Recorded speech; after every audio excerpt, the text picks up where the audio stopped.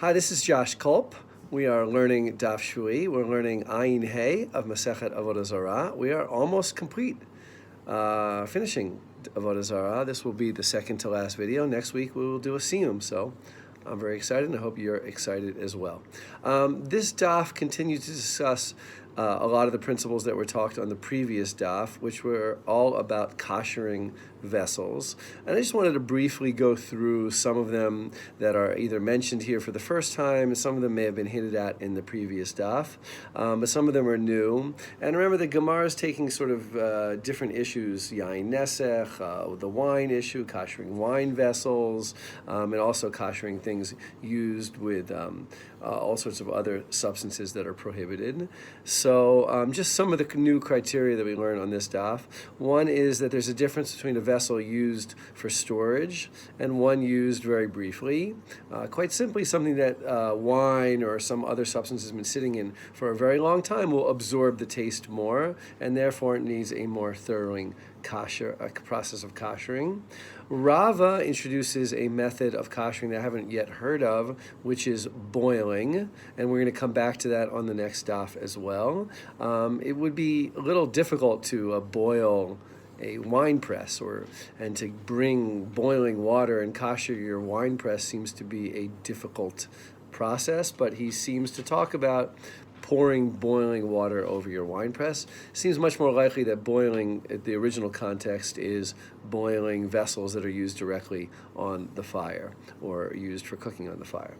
Multiple washings, we hear machoket between two amoraim, a dispute between two amoraim, how many times you have to scour something and dry it off and scour it again and wash it off and scour it again. And so that's a little bit of a confusing who holds what, but the clear idea is that the more you scour it and the more you wash it, the more likely you are to remove the taste of that which was used with it before.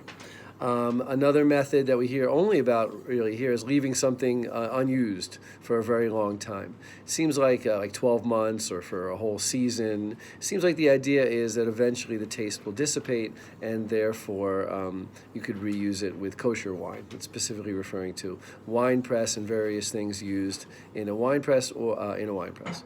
Another method mentioned is putting stuff under running water, a running stream. Now, they didn't have sinks and things like that back then, so running water would be a spring or a stream of some sort, and putting it there and leaving it for a day. It seems like there's some kind of belief that with water rushing over it, it would dissipate, cause the taste to dissipate. And finally, there's also something mentioned here, just a side note, that if you have some kind of rope that was used with wine, you have to untie the knots. So you need to make sure that the koshering process, whatever you're doing, gets into all of the thing that you're koshering, and doesn't there's not corners, nooks in it that aren't being exposed to the koshering process. So that's pretty much a summary of a lot of the discussion that we have on this daf. The final daf begins, really, the final subject of the Masechet is bringing vessels to a mikveh. Vessels that were used by non-Jews, bringing them to a mikveh. And I'm not going to really talk about that right now, because although it appears in the bottom of 75, it really mostly is dealing that on page 76. So I will wait, and we'll do that video next week.